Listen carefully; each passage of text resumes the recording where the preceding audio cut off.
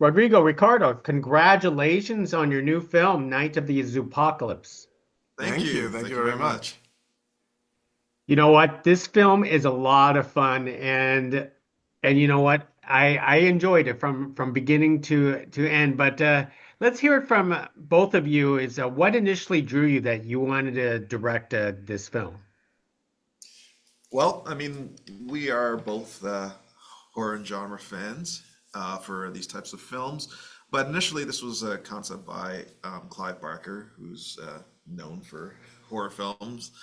And when it was brought to us by Steve Hoban from Copperheart Pictures, he said that, I want to turn this Clive Barker story into something that works for families.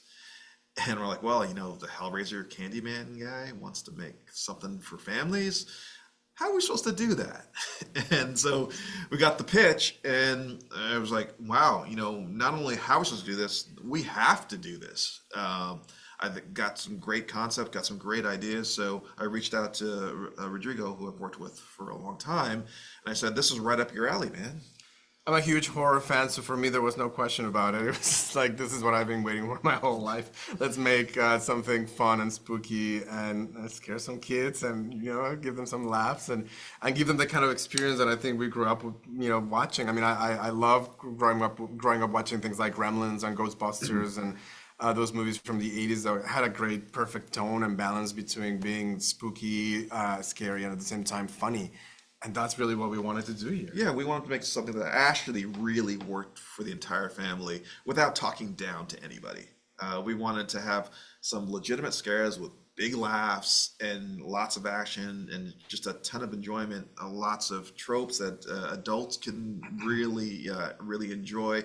Plus, all the stuff that we loved in those films that Rodrigo mentioned when we were younger that our younger audience can experience for the very first time. Of course, this is an animation film for kids, and to some people, this could be a gateway to horror. So, what kind of like boundaries do you actually create to not, cross over that line to overly scare these children and yet introduce them into this genre? One of the key things that we did was to make sure that the characters were extremely stylized. Like we wanted to make them very, very cartoony because we knew we could get away with a lot of like horror body kind of comedy and like limbs dropping and heads rolling and all that kind of stuff without actually having gore, which was this other idea of making them basically gummy bears, like creepy, weird gummy bears. And so I think it was those kinds of choices, the stylization and things like this that really allow us to be able to kind of like walk that thin Yeah. line. And we definitely also within the story we created it in such a way that it had the genre horror type thing where you were building up tension and where you would enjoy the feeling of what's coming up next. But then we'd have to release that tension and we release that by Basically having a rule which was you have the big jump scare and then a laugh out loud, like laughter and the big jump scare. Like it was like we had to have that balance, and that was just a rule that we had approaching everything. And then of course there's a character of Poot, the yeah. little baby And Poot is hippo. a pygmy hippo, and she's hilarious. She takes over every scene that she's in, but she's there purposely to for our younger audience members because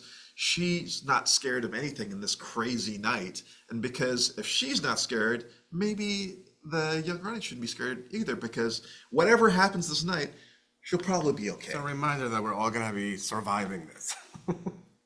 I was gonna say your pygmy hippo came at the right time because that is such a social media trend right now with that zoo in Thailand.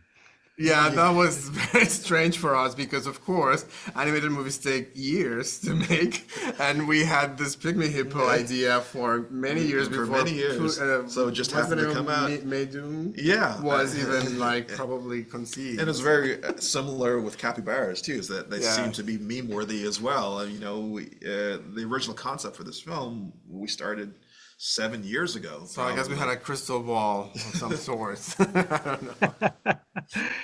Now these so-called monsters, in your film, the concept look for them, I would never have enough imagination to come up with that. Could you tell us about the process of coming up with the looks of these monsters, limb by limb and the look by look for them? I mean, first, our goal is, as directors and artists, is to create something interesting, something that no one's ever seen before, something completely unique that kind of stands out on its own. And we love zombie films, and we think they're great, but there's always something more that we think that we could do, especially now that we are in the medium of animation.